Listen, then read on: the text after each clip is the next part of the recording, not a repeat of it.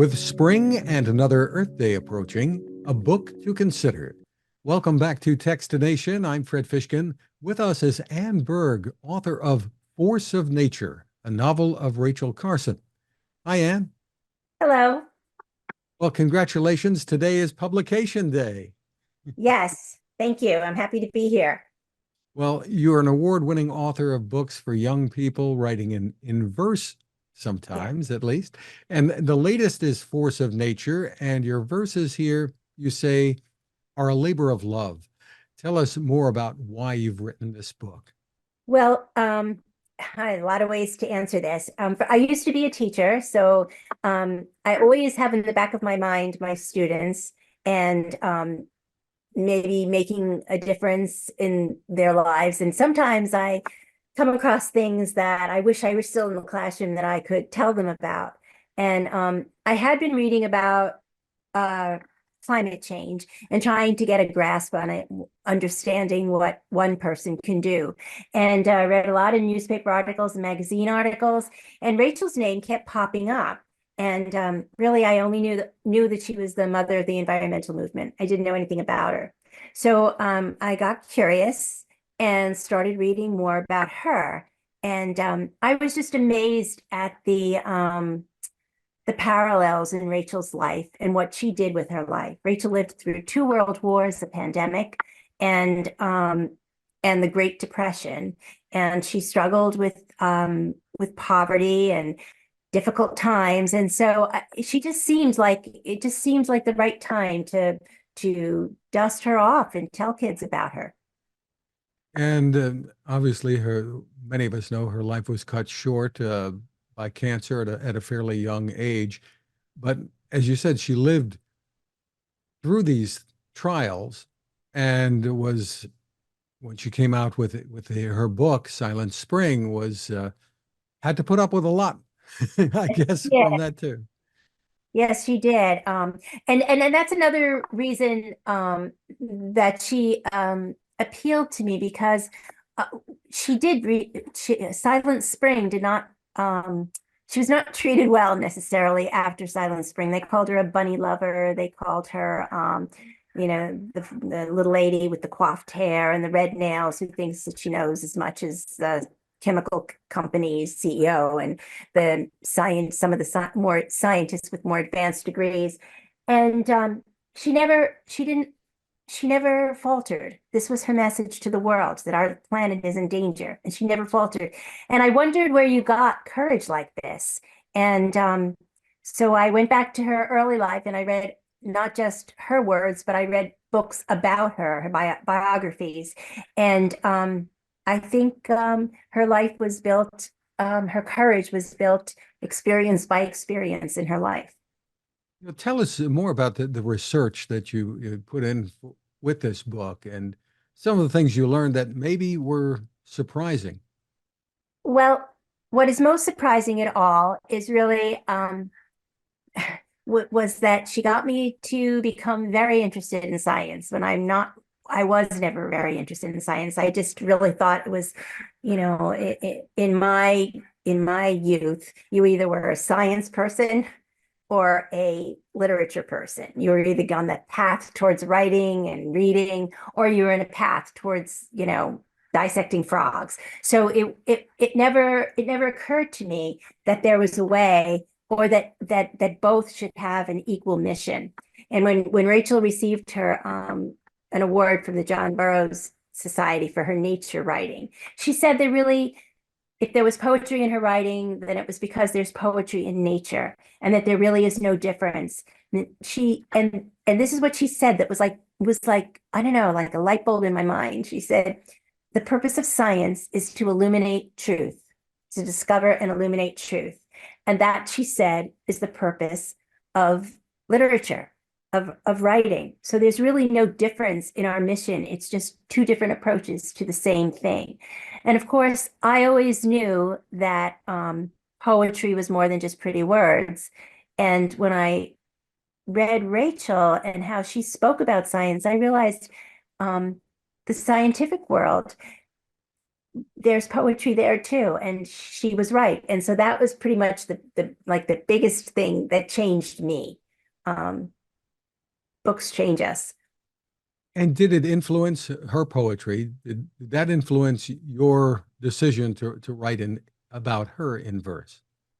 Actually not, because they were always it made it a logical choice, but the last three or four books that I've written, I think this is the fourth, have been in verse. I found a long time ago that verse was a was an easier way to enter a story for me. When we read a book, sometimes, especially if you're reading about a person, you're reading about them. They did this, they did that, or they suffered here. But when you write in verse, you're actually channeling them. You're experiencing their experiences through their words and their thoughts. And so I find I find writing in verse a really direct communication to whatever that person is trying to tell us. And I hope that my readers have that same experience when they're reading it, that they are not reading about Rachel Carson. They're experiencing the life Rachel experienced. That's very interesting. And the art in this book is also wonderful. Tell us more about that. I know. I can mostly only tell you that I'm very lucky. Sophie Blackall is an award-winning, artist. And really, once you write your story, it's up to your publishing house usually to follow to find the artist that best matches your work. And so Sophie just did a beautiful job. Her cover is exquisite, and all of the line drawings, the delicate line drawings inside are exquisite. Do you have a favorite passage from here that you might want to read for us? Oh, you know what I can do? I can read I know. Rachel was always going to be a writer. She wrote from a young age, and this is how she saw the world. And she went to college and she was studying in literature, and she worked on the school newspaper and on the school magazine, Angle Code. But then the year she had to take biology. And this is what this I feel like I had like my aha moment with Rachel, because as Rachel writes this, or I write it, but as I experienced the amazement that she experienced. So here's a page. Um, it's a field note. Throughout the book, there are field notes, which are just little asides from the story, but a field note of Rachel's. It says, a drop of pond water holds within it an unseen universe teeming with life. Microscopic creatures, water fleas, water worms, and all types of larvae squiggle through the silky threads of underwater plants. There's so much to see and learn. And my goodness, I never would have thought that. I never would have. And it made me want to look at pond water. It made me want to study things that I never had any interest in. So and to Rachel, she felt when she discovered biology, she felt she had finally found something to write about, that this was the fabric of life. And I don't know, that just, when she talked about the water fleas and the water worms, I was like, this is an amazing thing that you've made me see beauty there. Just wonderful. And of course, that's one example of how you hope to influence or what you hope young people are going to come away with. Right. You just want to you just want to wake them up to see the wonder that surrounds us. I mean, that was Rachel's big thing. And she actually wrote something about about letting children experience nature, experience the wonder of it. You don't have to label things. You don't have to they don't have to be lessons when you walk with children in nature, but let them feel the beauty. Let them she would take her nephew to the tide pool and show him the creatures there and look for the ghost crabs. So everything was like wonder, a sense of wonder. Have you thought about what her writings might be like today? today. Yeah. I think they would be pretty much like Silent Spring. I think she would be asking us to imagine a world. I mean, the opening of Silent Spring opens with the Fable for Tomorrow, where she talks about a world without a world so damaged by DDT that are and chemicals that there are no more birds to welcome spring.